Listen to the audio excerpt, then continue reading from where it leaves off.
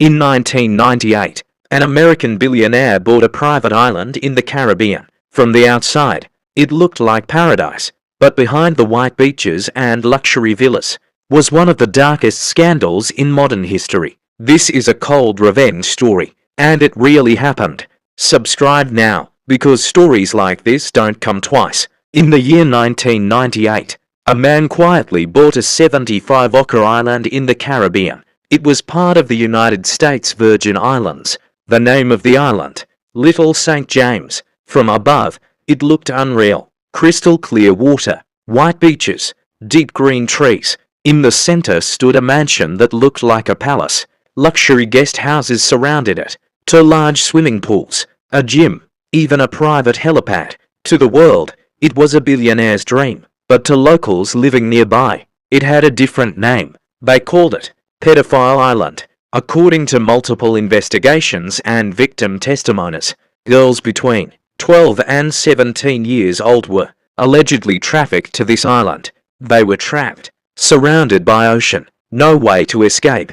One 15-year-old girl tried to swim away. She didn't make it. She was caught, and her passport was taken. She never tried again. The most disturbing part wasn't just the abuse, it was who was coming to the island. According to flight logs, witness statements, and media reports, powerful people visited: billionaires, politicians, celebrities, names that shaped the world. So who owned this island? One name: Jeffrey Epstein. Before the private jets, before the mansions, before the island, Jeffrey Epstein was a nobody. He taught math to children in Brooklyn, a simple school teacher. Then suddenly, his life changed. He became a financial advisor to billionaires.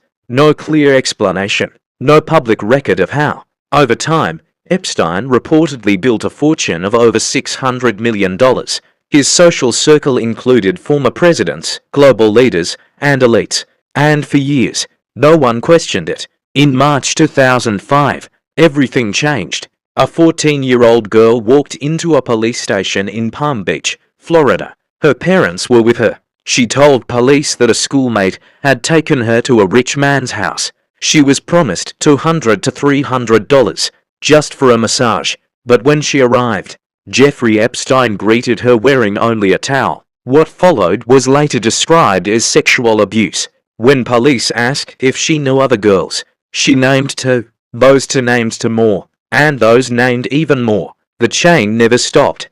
Palm Beach police eventually identified 35 underage victims. Many more were still being traced. Almost every story was the same: a massage offer, easy money, then abuse. Police realized this was not random. It was organized. A pyramid recruitment system. Girls were paid extra to bring more girls. Most victims were from poor families.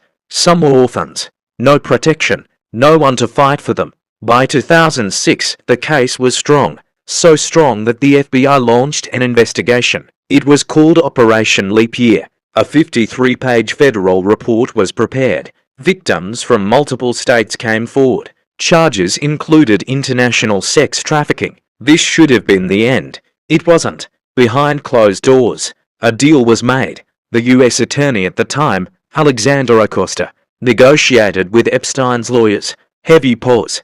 Epstein would plead guilty to minor charges.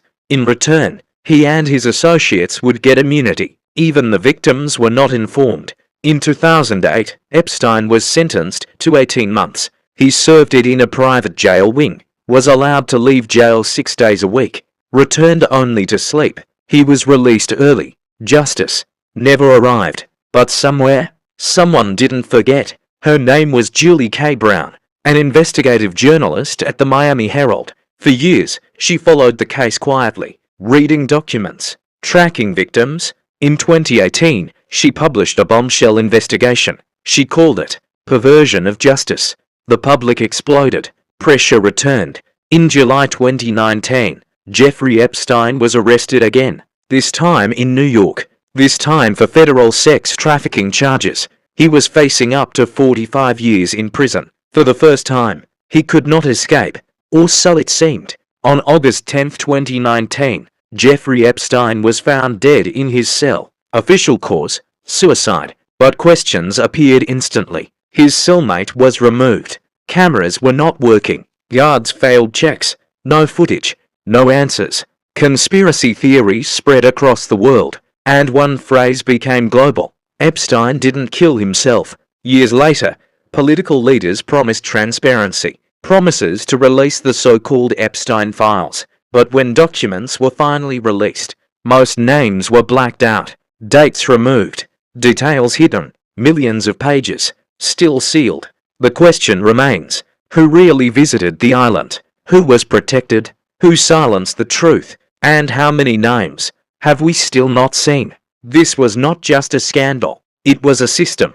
Jeffrey Epstein is dead, but the truth he carried is still alive. And until every name is revealed, this story is not over. If this story shocked you, subscribe. More real stories are coming.